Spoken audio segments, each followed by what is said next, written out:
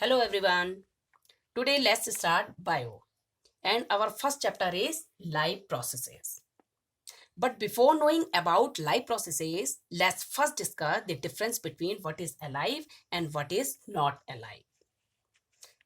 तो सबसे पहले हम लिविंग थिंग और नॉन लिविंग थिंग में कैसे डिफरेंसेस करेंगे तो इसको मैं आपको एक एग्जांपल से बताती हूँ. Okay, let's start. If we see a dog running और a cow chewing card, we know that these are living beings. But if the dog or cow were asleep, how did we know that? We see them breathing and we know that they are alive. देखिए एक example से बताती हूँ कि अगर एक dog running कर रहा है, काउ च्यूइंग कट कर रही है, तो हम बोलेंगे ये क्या है आपका, क्योंकि वो कुछ ना कुछ एक्टिविटी कर रहा है, इसका मतलब हम कहेंगे वो क्या है आपका लिविंग बींग्स है. लेकिन अगर काउ और डॉग ये सो रखे हैं, तब हम कैसे पता करेंगे कि ये लिविंग थिंग्स है? तो हम उसमें देखेंगे क्या वो ब्रीथिंग की प्रोसेस कर रहा है, क्या वो सांस ले रहा है, और तब हम कहेंगे we know that they are alive. इसी तरह से हम प्लांट के में देखेंगे भाई, how do we know that they are alive? We see them green. भाई अब इसी तरह हम प्लांट में देखेंगे कि वो किस तरह से आपकी जो है जीवित होती हैं. तो यानी कि जो प्लांट ग्रीन होती हैं उनको हम कहेंगे वो लिविंग थिंग्स है, क्योंकि जो ग्रीन प्लांट होती हैं, जो ग्रीन लीव होती हैं, वो फोटोसिंथेसिस की प्रोसेस करती हैं. But what about plant that have leaves of colour other than green? लेकिन कुछ प्लांट की लीव ऐसी होती हैं जो ग्रीन होने के अलावा किसी अन्य कलर की होती हैं. तब हम कैसे पता लगाएंगे? तब हम उसकी ग्रोथ को देखेंगे. क्या वो समय के अनुसार ग्रोथ कर रहा है? क्या वो समय के अनुसार वृद्धि कर रहा है? और अगर वो समय के अनुसार ग्रोथ कर रहा होगा तो so we know that they are alive. तो इस प्रकार से हम लिविंग एंड नॉन लिविंग में डिफरेंसेस करेंगे. तो देखिए इसमें मैंने कुछ फीचर्स ऑफ लिविंग ऑर्गेनिज्म के कुछ फीचर्स लिखे हैं.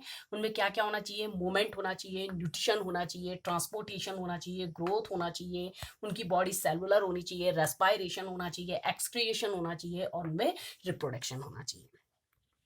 तो ये तो हो गई आपकी living and non living thing की बात. अब आते हैं what are the life processes, यानी कि all the maintenance job of our life is known as life processes. यानी कि ऑर्गेनिज्म में मेंटेनेंस का काम कंटिन्यू होना चाहिए. ये उस समय भी होते रहना चाहिए जब वो कोई विशेष एक्टिविटी नहीं कर रहा है. इट मीन्स कहने का मतलब है if we are just asleep and when we are just sitting in room.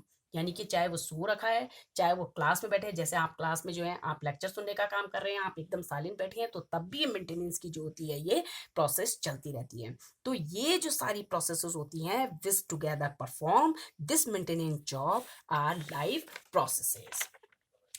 आप देखिए आप बच्चों, जो ऑर्गेनिज्म होते हैं, ऑर्गेनिज्म में एक सिंगल सेल्ड ऑर्गेनिज्म होते हैं, एक आपके मल्टी सेलुलर ऑर्गेनिज्म होते हैं. सिंगल सेल्ड वो होते हैं जो एक ही सेल से मिलकर बने होते हैं, और मल्टी सेलुलर वो होते हैं जो आपके एक या एक से अधिक सेल से मिलकर बने हुए होते हैं.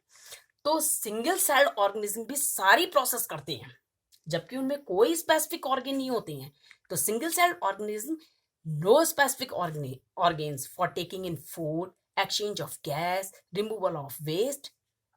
वो उनमें कोई स्पेसिफिक ऑर्गन नहीं होते हैं फूड को लेने के लिए, गैस को एक्सचेंज करने के लिए, वेस्ट प्रोडक्ट को रिमूव करने के लिए, लेकिन फिर भी वो सारी प्रोसेस करते हैं.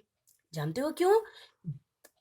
Because the entire surface of the organism is in contact with the environment. क्योंकि उनकी पूरी जो बॉडी होती है वो इन्वायरमेंट के कॉन्टैक्ट में होती है, और डिफ्यूजन के प्रोसेस के थ्रू वो ये सारी प्रोसेस आसानी से कर लेते हैं. But when the body design of the organism increases and the body design become more complex. लेकिन जैसे जैसे ऑर्गेनिज्म की बॉडी जो होती है बढ़ती जाती है, उनका बॉडी डिजाइन जो होता है और ज्यादा कॉम्प्लेक्स होने लगता है. क्यों? क्योंकि जो मल्टी सेलर ऑर्गेनिज्म होते हैं उनकी बॉडी में जो सेल होते हैं वो एक या एक से अधिक सेल से जो होते हैं वो ऑर्गेनाइज्ड हुए रहते हैं. और उसमें कौन आते हैं? मल्टी सेलर ऑर्गेनिज्म में हम आते हैं. और सिंगल सेल ऑर्गेनिज्म में प्रोटोजोआ ग्रुप के, जैसे अमीबा, पैरामीशियम, यूग्लिना. अब देखिए जो है जो मल्टी सेलर ऑर्गेनिज्म होती हैं वो इस प्रोसेस को जो होती हैं जो इन्वायरमेंट के कांटेक्ट में रह के जो होती है इस प्रोसेस को नहीं कर पाती हैं. क्यों? क्योंकि इनकी बॉडी में इन फंक्शन को करने के लिए अलग अलग प्रकार के जो होते हैं वो ऑर्गेनेल्स होती हैं. अभी इससे रिलेटेड मुझे एक क्वेश्चन आ रहा है बच्चों कि why is diffusion insufficient to meet the oxygen requirement of multicellular organism.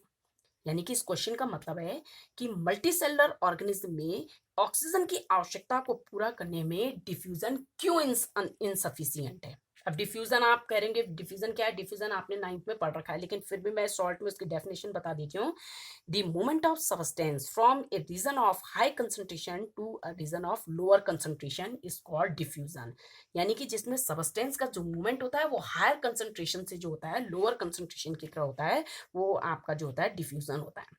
तो इस क्वेश्चन में अब ये जो क्वेश्चन मैं आपको पूछ रही थी कि मल्टीसेलुलर ऑर्गेनिज्म में ऑक्सीजन की आवश्यकता को पूरा करने में डिफ्यूजन क्यों इनसफिशिएंट होता है, क्योंकि आप जानते हो in human many cells are not directly in contact with environment and multicellular organism require more oxygen than unicellular organism।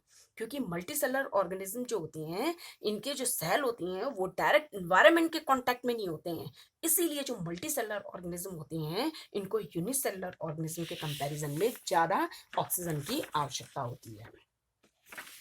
Next topic, nutrition. Energy comes from outside a body as a form of food and this process is known as nutrition। यानी कि nutrition जो हम खाना ले रहे हैं भाई, यानी कि कुछ भी काम कर रहे हैं हम, जैसे हम वॉकिंग का काम कर रहे हैं, राइडिंग ए बाईसाइकिल, जो भी हम काम करते हैं इन सबको काम करने के लिए हमें किस चीज की जरूरत होती है, एनर्जी की जरूरत होती है।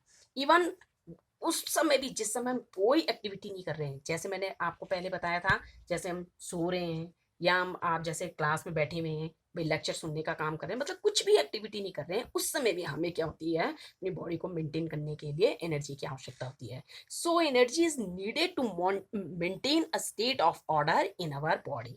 यानी कि हमारी बॉडी में ग्रोथ, डेवलपमेंट और प्रोटीन सिंथेसाइज होने के लिए बाहर से भी जो होती है हमें और रॉ मटेरियल की जरूरत होती है, और इस प्रकार से हम जो होते हैं ये सोर्स ऑफ एनर्जी और मटेरियल जो भी हम बाहर से लेते हैं और उनको खाते हैं वही हमारा क्या फूड होता है। और बाहर से जो हम रॉ मटेरियल लेते हैं वो क्या होते हैं आपका, एक फूड को लेते हैं हम, दूसरा हम ऑक्सीजन को लेते हैं और तीसरा हम किस चीज को लेते हैं, वाटर को लेते हैं। तो इस तरह से आपका ये लाइफ प्रोसेस का आप सिंपल सा एक आगे से एक इंट्रोडक्शन आपको मैंने ये बताया। अब नेक्स्ट टर्न पे आपका जो होगा बोर्ड ऑफ न्यूट्रिशन, लेकिन आज मैंने आपको इसमें कुछ क्वेश्चन आप लोगों को दे रखे हैं, आप लोगों को उन क्वेश्चनों को सॉल्व कर रहे हैं। Question first, what are outside raw materials used for by an organism. Question है कि ऑर्गेनिज्म जो होते हैं बाहर से क्या क्या रॉ मटेरियल लेते हैं, बताया था ना आपको अभी, एक ऑक्सीजन, एक आपका वाटर और एक आपका food. Second question, why is diffusion insufficient to meet the oxygen requirements of multicellular organism. इस क्वेश्चन का मतलब है कि मल्टीसेलुलर ऑर्गेनिज्म में ऑक्सीजन की आवश्यकता को पूरा करने में डिफ्यूजन क्यों इनसफिशिएंट है, क्योंकि आप क्वेश्चन केवल इतना ही बोलोगे, because in human many cells are not directly in contact with environment. और थर्ड क्वेश्चन है आपका, what criteria do we use to decide whether something is alive. और अलाइव होने के लिए आप कौन कौन से क्राइटेरिया बताओगे, तो मैंने आपको भी शुरू में बताया था, ग्रोथ है, मूवमेंट है और सेलुलर बॉडी है, रिप्रोडक्शन है, एक्सेट्रा एक्सेट्रा। तो आप इन क्वेश्चनों को कर लेना, नेक्स्ट वीडियो में आपको मैं मोड्स ऑफ न्यूट्रिशन कराऊंगी। Thank you.